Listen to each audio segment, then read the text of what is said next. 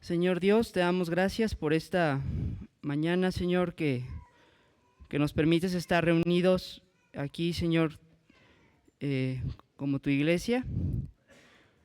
Y queremos pues tomar este tiempo, Señor, previo al culto para considerar, Señor, las doctrinas que hay en tu palabra, para crecer en nuestro entendimiento de lo que como iglesia confesamos, Señor, a fin de crecer aún más en esta unidad que tenemos en Cristo, tener más comunión entre nosotros, más claridad de cuál es nuestra fe.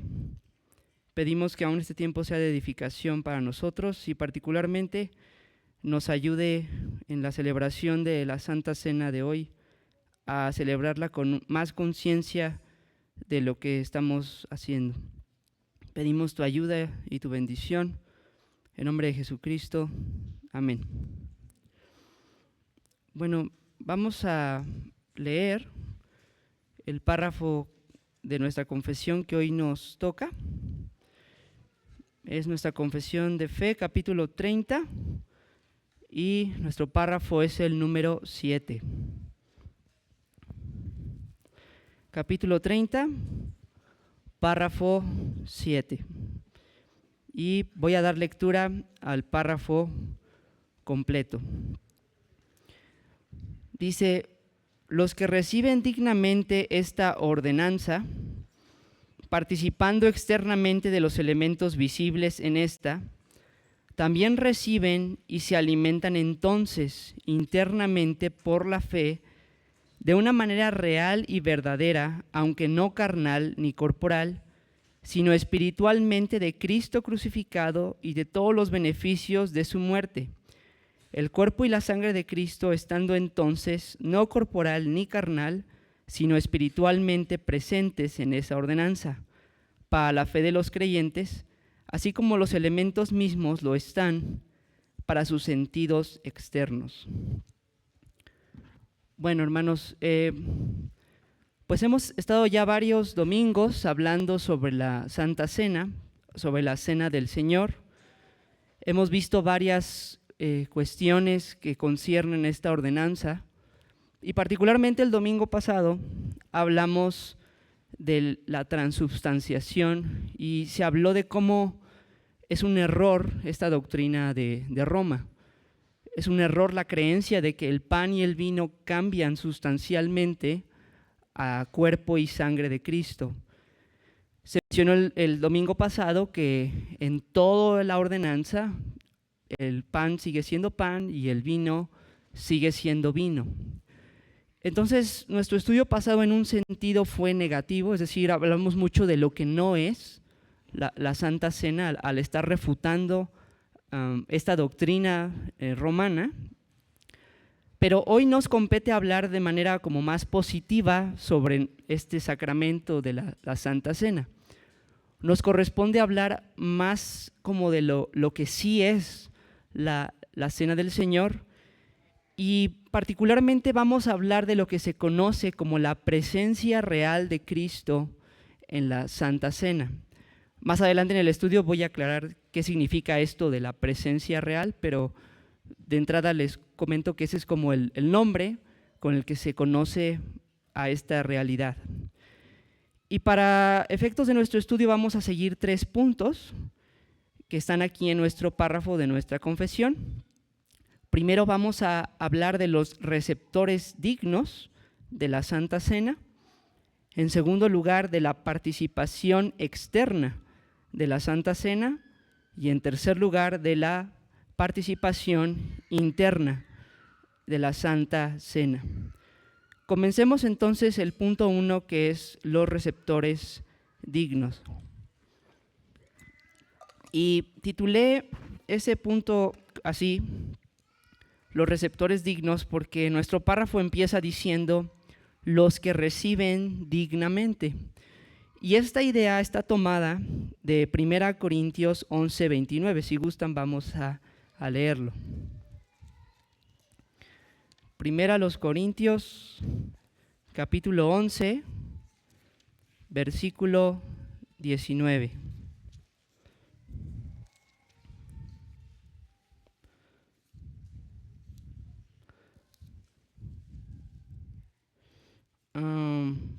No, perdónenme. No es 11:19, sino 11:29. Dice, porque el que come y bebe indignamente, sin discernir el cuerpo del Señor, juicio come y bebe para sí. Y el verso 30 dice, por lo cual hay muchos enfermos y debilitados entre vosotros, y muchos duermen. Entonces aquí Pablo habla de los que participan indignamente de esta Santa Cena, y por lo tanto aquí nuestro párrafo trae a la mesa la idea de los que reciben dignamente o los que participan dignamente de esta ordenanza.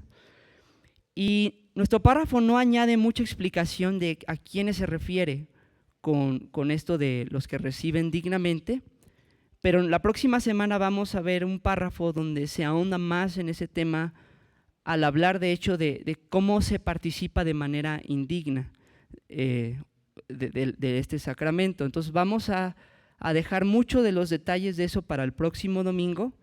Solamente para afanes de este estudio vamos a comentar que el párrafo que sigue habla de que los que participan indignamente de este sacramento son los ignorantes y los impíos. ¿Y a qué se refiere esto? Bueno, alguien ignorante de esta ordenanza sería alguien que no entiende qué está pasando en esta ordenanza. En palabras de Pablo, sería alguien que no discierne el cuerpo del Señor. Alguien que no discierne qué está sucediendo en este sacramento, si participa de él sin discernir, sin un conocimiento básico de qué pasa, está comiendo juicio y bebiendo juicio para sí mismo. Y por el otro lado, el párrafo 8 habla de que los que participan indignamente son impíos. Y aquí con esta palabra no está solamente queriendo decir alguien que es pecador, porque todas las personas somos pecadores, ¿no? Sino este término impío se está usando aquí en nuestra confesión para hablar de pecadores no arrepentidos, hablar de personas que viven en pecado y que están endurecidos en él, que están viviendo en eso sin arrepentimiento, sin confesarlo al Señor, sin luchar contra esas cosas. Entonces, se participa de manera indigna en la cena del Señor si se hace sin discernimiento, sin entendimiento básico de qué es la cena, y si se hace sin arrepentimiento, si se hace con un corazón endurecido en el pecado, sin un anhelo por vivir en santidad, sin un caminar que se está esforzando, no perfectamente, pero sí tratando de vivir pues para nuestro Señor. Así que la manera digna o el receptor digno de la cena es aquel que conoce qué está sucediendo y es aquel que está perseverando en la fe y aún viene al sacramento o a la ordenanza consciente de sus caídas, de sus pecados de la semana, pero con un deseo de cambiar, un deseo de perseverar e incluso viendo esta cena como un medio para poder seguir creciendo en nuestro Señor. Así que ese fue nuestro primer punto, los que participan o reciben dignamente la ordenanza. Ahora vamos al segundo punto, que es la participación externa. Y aquí nuestro párrafo dice, casi al principio, dice, participando externamente de los elementos visibles en esta. Y para este punto vamos a leer 1 Corintios 11, del 23 al 26. 1 Corintios 11, 23 al 26. Dice, porque yo recibí del Señor lo que también os he enseñado, que el Señor Jesús, la noche que fue entregado, tomó pan, y habiendo dado gracias, lo partió y dijo, tomad, comed, esto es mi cuerpo, que por vosotros es partido. Haced esto en memoria de mí. Asimismo tomó también la copa, después de haber cenado, diciendo, esta copa es el nuevo pacto en mi sangre. Haced esto todas las veces que la bebiereis en memoria de mí. Así pues, todas las veces que comiereis este pan y bebiereis esta copa, la muerte del Señor anunciáis hasta que Él venga. Entonces, en este segundo punto de nuestro estudio, hermanos, vamos a hablar, como lo titulé, de la participación externa que hay en este sacramento de la Santa Cena. Y este punto va a ser muy obvio, ¿no? Creo yo que la mayoría de nosotros, cuando pensamos en la Santa Cena, entendemos que aquí hay pan y vino para comerse y beberse. O sea, entendemos que no es un mero adorno, el pan que está aquí delante y el vino que está aquí. Pero aunque les parezca increíble, sí han existido personas en el mundo que han intentado celebrar la cena sin participar físicamente de ella, sin comer del pan y beber de la copa. Y el ejemplo quizás más exacto de esto son, por ejemplo, los testigos de Jehová. Los testigos de Jehová, al menos hasta donde recuerdo, no sé si recientemente hayan cambiado su práctica, pero hace no mucho era todavía así, en la que se reúnen a celebrar, según ellos, ¿verdad?, la Santa Cena, y se sirve el pan, se sirve el vino, y la charola va pasando por toda la congregación y nadie toma de ella. Todos nada más la van pasando y la ven. Y eso es para ellos, pues, la celebración, ¿verdad?, de la Santa Cena. Entonces, parece muy obvio, pero podemos ver que para algunos no ha sido tan obvio. No ha sido tan obvio que el Señor Jesucristo manda, comen el pan, beban de la copa. El sacramento no está completo simplemente con el mensaje que da el pastor, la meditación que nos da, o con la oración que el pastor hace, o con el mero hecho mental de recordar el sacrificio de nuestro Señor. El sacramento está completo, sí, y solo sí hay una participación física en la que mordemos el pan, degustamos el pan y en la que bebemos el vino y participamos de estos elementos, no solo con nuestra vista, sino con nuestro olfato y nuestro gusto también. Así que ese es nuestro segundo punto, la participación externa de la Santa Cena.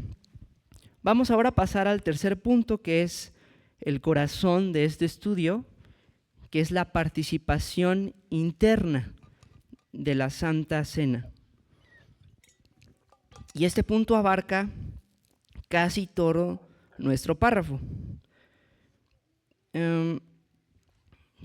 Después de la segunda coma del párrafo donde dice también, a partir de ahí nuestro párrafo dice: también reciben y se alimentan entonces internamente por la fe de una manera real y verdadera, aunque no carnal ni corporal, sino espiritualmente, de Cristo crucificado y de todos los beneficios de su muerte, el cuerpo y la sangre de Cristo estando entonces no corporal ni carnal, sino espiritualmente, presentes en esta ordenanza para la fe de los creyentes, así como los elementos mismos lo están para sus sentidos externos.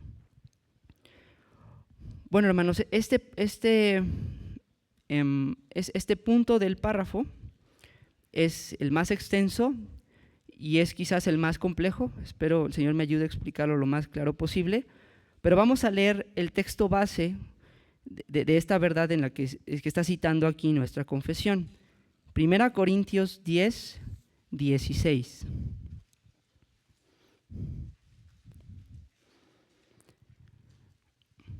Primera Corintios 10, 16, y también vamos a leer el 10, 17.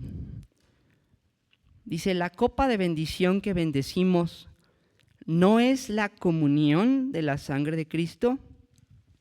El pan que partimos, ¿no es la comunión del cuerpo de Cristo? Siendo uno solo el pan, nosotros con ser muchos somos un cuerpo, pues todos participamos de aquel mismo pan. Bueno, en estos 2 versículos, Pablo está instruyendo a la iglesia de Corinto acerca de la Santa Cena, pero usa una palabra muy especial para referirse a esta ordenanza, la palabra comunión, la palabra que quizás ustedes ubicarán en griego, que es la palabra koinonia, que es una palabra bastante profunda en nuestra Biblia, particularmente en nuestro Nuevo Testamento. Es una palabra que precisamente habla de una participación en común de aquellos que están unidos en algo, vaya. Y es muy curioso que Pablo escoja esta palabra para referirse al sacramento de la Santa Cena, porque Pablo pudo haber usado la palabra memorial, por ejemplo, que sería correcto porque la Santa Cena sí es un memorial, pero él decide ir un poco más allá y usar una palabra que comunica participación, que comunica algo más que un memorial, algo más que un proceso mental o de la memoria, sino algo en lo que hay una participación y por ende un provecho y un beneficio. Entonces, aquí el punto que nuestros hermanos que redactaron la confesión quieren enfatizar es que la Santa Cena, si bien se hace en memoria de Cristo, como Él lo mandó, va más allá de ser un memorial. Hay algo más hermoso y más glorioso que pasa cuando la Iglesia de Cristo celebra esta ordenanza. ¿Y qué es lo que pasa? Comunión. Con esa palabra podemos resumir lo que sucede cuando la Iglesia de Cristo celebra la ordenanza. Hay una participación. Y aquí es donde nuestra confesión tiene mucho cuidado para que nadie se confunda, de decir que esta participación o esta alimentación, ¿verdad?, al participar en este sacramento, no es carnal ni corporal.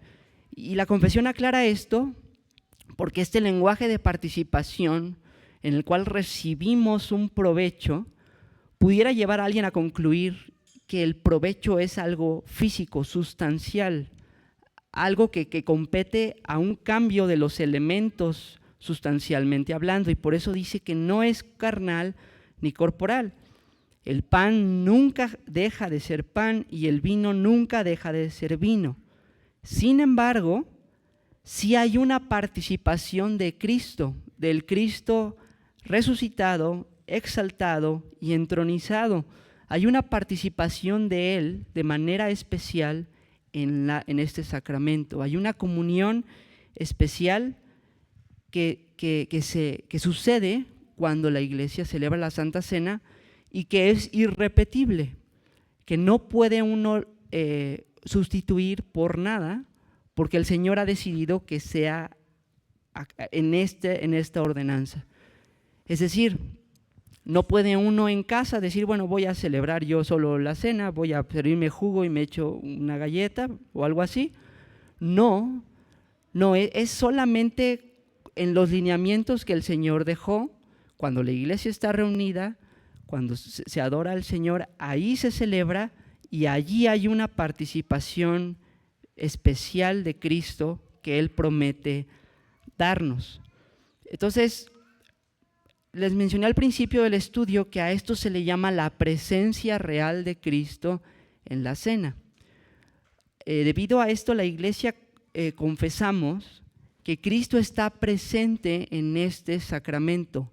No está presente físicamente aquí, es decir, su cuerpo y su carne, Él está en el cielo, nuestro Señor Jesucristo como hombre está allá en el cielo, y como Dios Él está aquí, ¿verdad? Ser omnipotente. Sin embargo, Él ha prometido que su presencia especial esté cuando se celebra este sacramento. Y esta presencia especial es algo similar a lo que pasaba en el templo, lo que pasaba en el tabernáculo. Dios es omnipotente y habita en todos lados. Sin embargo, hay momentos, lugares específicos en la historia de las Escrituras donde el Señor se manifiesta de manera especial, de manera particular para estar con su pueblo. Y esto es, en el Nuevo Testamento, aquí en el sacramento de la Santa Cena. Y por eso es correcto, hermanos, llamar a este sacramento un medio de gracia, un medio por el cual nosotros participamos de Cristo, recibimos su gracia para seguir perseverando en la fe, para seguir madurando y creciendo. Ahora, solo para aclarar, la gracia recibida en este sacramento no es diferente a la gracia recibida, por ejemplo, en la predicación o, por ejemplo, al cantar al Señor. Es el mismo Cristo del que participamos mediante todos estos medios. Es un solo Cristo que ha decidido comunicarse a nosotros por la oración, por las Escrituras y por los sacramentos. Es un solo Cristo, pero varios medios que Él ha dado para comunicarse a nosotros y para que nosotros participemos de Él, pero también para que tengamos comunión unos con otros. Así que esta es la realidad de lo que sucede cuando celebramos la Santa Cena, hermanos. Sí, estamos recordando la muerte y resurrección de Cristo. Estamos recordando que Él va a volver y anticipando que con expectación tomar de este sacramento cuando Él esté con nosotros otra vez. Pero mientras recordamos y mientras nuestros pensamientos se fijan en Él y nuestros afectos también nuestros sentidos físicos al recibir el pan y el vino, todo junto, todo nuestro ser participa de manera especial de Cristo y recibimos su gracia de una forma especial, no carnal ni corporal, sino de manera espiritual y verdadera, como lo dice aquí nuestro párrafo. Y por esto, hermanos, es que nuestro Señor Jesucristo habló de este sacramento en términos muy impresionantes. Claro, es un memorial, es simbólico lo que sucede, pero si se fijan, Cristo no dice, bueno, esto representa mi cuerpo o esto representa mi sangre, aunque sería cierto si lo hubiera dicho. Pero nuestro Señor dijo, este es mi cuerpo, esta es mi sangre. Claro, no queriendo decir que se convierten en, pero sí queriendo decir que hay una relación tan cercana, hay una comunión tan estrecha aquí, que podemos usar un lenguaje tan cercano al grado de decir, este es mi cuerpo, esta es mi sangre. Entonces, hermanos, eso es lo que como iglesia confesamos, y aquí obviamente sabemos que entre las iglesias cristianas hay diferentes posturas, los hubo en el tiempo de la Reforma, y nuestra postura que confesamos se alinea con lo que Juan Calvino confesaba también. Otras iglesias cristianas, por ejemplo, se alinean más con lo que creía Ulrico Zwinglio, que él solamente creía en la parte del memorial, la parte como en la que uno recuerda y nada más. Nosotros nos alineamos a la doctrina reformada, creemos que es a lo que Pablo se refiere aquí cuando habla de comunión, al creer que hay algo más que un memorial, al creer que hay una presencia real de Cristo y una participación espiritual real de Cristo en la ordenanza. Entonces, vamos a concluir con aplicaciones finales. Primero, para los que estamos en Cristo, creo yo, hermanos, que considerar esta verdad nos ayuda y particularmente nos puede ayudar hoy a participar de la Santa Cena con más luz de lo que está pasando, con más conciencia de que no solamente estoy recordando algo, lo cual es en sí mismo hermoso, sino que estoy participando de Cristo, teniendo comunión con Cristo y con mis hermanos al momento de participar. Que Dios nos ayude a ver esa solemnidad y esa hermosura en este sacramento hoy que lo vamos a celebrar de manera particular.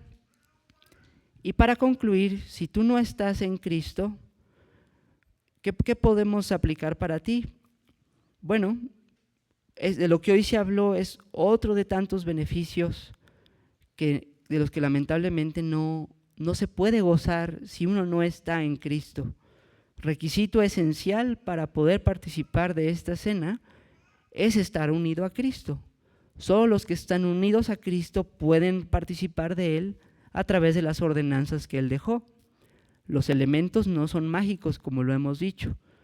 Si tú no estás en Cristo y intentas tomar del pan y comer el pan y tomar el vino, pues no va a pasar nada, ¿no? O sea, no vas a recibir como un poder sobrenatural que viene incluido, ¿verdad?, en el pan o en el vino. El pan sigue siendo pan y el vino, vino.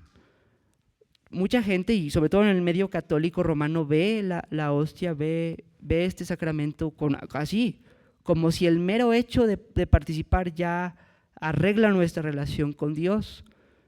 Pero querido amigo, lo único que puede arreglar tu relación con Dios es a lo que este sacramento apunta. Este pan representa el cuerpo de Cristo que fue partido por nuestros pecados en la cruz.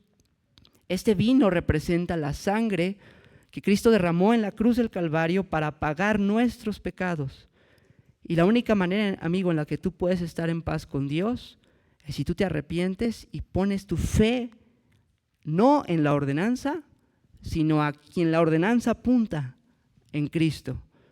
Pones tu fe en la vida perfecta de Cristo, su pago completo que hizo en la cruz, su resurrección de los muertos y su vida perpetua para siempre. Si tú te arrepientes y pones tu fe en Cristo, tendrás esta salvación. Podrás participar de Cristo y claro, podrás después venir a esta ordenanza y participar de esta forma especial en la que lo vimos hoy. Pero es importante aclarar que esta ordenanza en sí no salva a nadie, sino a aquel a quien esta ordenanza apunta. Entonces, si alguien no está en Cristo aquí, que ponga sus ojos no en el pan, no en el vino, sino en el Cristo resucitado y exaltado a quien estos elementos apuntan. Vamos a concluir aquí con una oración. Señor, te damos gracias por tu palabra y rogamos que tú nos ayudes hoy a participar de la Santa Cena con más luz, Señor, con más conciencia de este tiempo especial de comunión que podemos tener entre nosotros y particularmente con Cristo. Pedimos que así como lo hemos visto, tú estés en este sacramento de manera especial presente, Señor, entre nosotros, que estés de manera especial presente en todo el culto de adoración y particularmente, Señor, nos ayudes en cada uno de estos medios de gracia que tú estableciste, mediante cada uno de esos medios poder participar de Cristo, crecer, madurar, ser fortalecidos, alentados en este caminar cristiano. Muchas gracias por tu palabra y pedimos nos sigas bendiciendo en este tiempo de adoración. En nombre de Jesús, amén.